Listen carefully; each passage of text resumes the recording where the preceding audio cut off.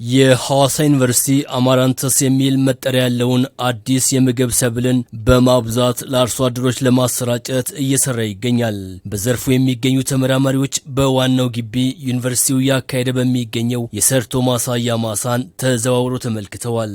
በሐዋሳ ዩኒቨርሲቲ የስነ ምግብ ተመራማሪ የሆኑት ረዳት ፕሮፌሰር ዓለም ሰላም ዘውዲዮስ በጉብኝቱ ወቅት እንደገለጹት አማራንተስ የተሰኘውን አዲስ የምግብ ሰብልን ህብረተሰቡ በአማራጭነት ለምግብነት ቢጠቀመው ዘርፈ ብዙ ጠቀሜታ እንዳለው በምርምር መረጋገጡን አመላክተዋል።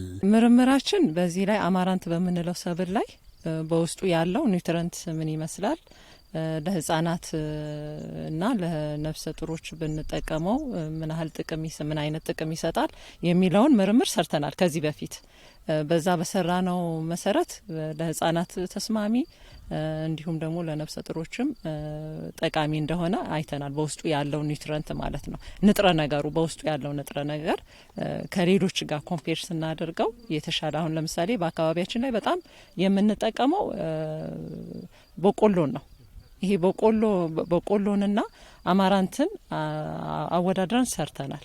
በምናይበት ጊዜ በጣም ብዙ ልዩነት አለው። ይሄ በቆሎ ላይ አማራንትን ወይም ደግሞ ራፎን ግማሽ ያህል እንኳን ቢጨምሩበት የተሻለ የምግብ ምጣኔ ያለው ወይም ደግሞ ንጥረ ነገር ያለውን ምግብ ህጻናቶች ማግኘት ይችላሉ። በምርምር የተረጋገጠውን ይህን ውጤት ለአካባቢው ማህበረሰብ የዘር ብዜት በማከናወን ተጠቃሚ እንዲሆን ዩኒቨርሲቲው በአካባቢው በሚገኙ 3 ወረዳዎች ላይ ተሞክሮዎችን እያሰፋ ስለመሆኑ የገለጹት በሐዋሳ ዩኒቨርሲቲ የማህበረሰብ ጉድኝት ዳይሬክቶሬት ዳይሬክተር አቶ ማሪቆስ አማራንተስን የሚመገቡ ህጻናትና ነፍሰ ጡር እናቶች ይበልጥ ተጠቃሚ እንደሚሆኑ አስረድተዋል። አማራንተስ የሚባለው የሰብል ዝርያ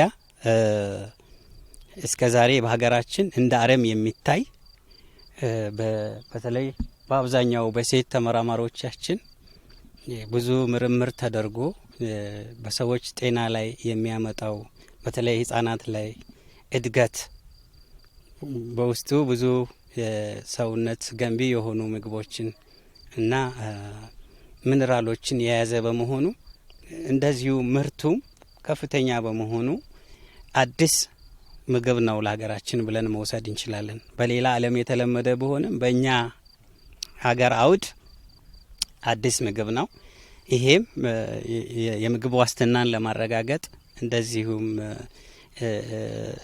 ከፍተኛ የምግብነት ይዘት ያለው በመሆኑ ምርጥ ተሞክሮ ነው። አማራንተስ የምግብ ሰብል በተለይም በላቲን አሜሪካ በዋናነት ተመራጭ የምግብ አይነት ስለመሆኑ የጠቆሙት በሐዋሳ ዩኒቨርሲቲ ግብርና ኮሌጅ የምርምርና ቴክኖሎጂ ሽግግር ምክትል ዲን ተባባሪ ፕሮፌሰር ሄዋን ደምሴ ምግቡ በውስጡ ከያዛቸው ከፍተኛ ፕሮቲኖች ባሻገር ምርቱ ለአፈር ለምነትም የሚያበረክተው አስተዋጽኦ እጅግ ከፍተኛ ነው ብለዋል። ምናልባት ሌላው አካባቢ እንደ ምግብነት ላያውቁት ይችላሉ፣ ግን እንደ በተለይ ደግሞ በላቲን አሜሪካ በጣም ትልቁ የፕራይድ ምግባቸው ነው አማራንተስ። ኦሪጂኑም የሚያመለክተው ከዛ ነው። በውስጡ ከፍተኛ ፕሮቲን አለው፣ አይረን አለው እና ለሰዎች ምግብ ለእንስሳት ምግብም የሚሆን በተለይ ደግሞ መሬትን በማይጎዳ መልኩ የሚበቅል ነው። አሁን በቆሎም በምናይበት ሰዓት 6 ወር ድረስ ሊወስድብን ይችላል። ስንዴም የዛኑ ያህል፣ ገብስም የዛኑ ያህል። ይሄ ግን ማክሲመም 3 ወር ነው የሚፈጅብህ። በጣም ዝቅተኛ ውሃ ላይ ነው የሚበቅለው። ስለዚህ በጣም ዝቅተኛ ውሃ ወስደ የመሬቱን እንትን ሳያበላሽ ኒውትሪየንቱን በአጠቃላይ ሳይወስድ ለመሬቱም የሚሆን ምግብ አዘጋጅቶ ለሰውም የሚሆን ምግብ ለአካባቢው የሚሆን ምግብ አዘጋጅቶ ነው ማለት ነው። ይሄ እንትን ያለው ግን ያንን ውበቱን አላየነውም፣ ያንን ጥቅሙን በደንበኛ አልተረዳነውም። እንግዲህ የኛ ከ10 ዓመት በላይ የሆነው ሪሰርች ያመለከተው ያ ነው። ከተመራማሪዎቹ መካከል ዶክተር አቻሜለሽ ገብረ ጻዲቅ አማራንተስ በዋናነት የመቀንጨር ችግር ለሚያጋጥማቸው ህጻናት መፍትሄ እንደሆነ ተናግረዋል።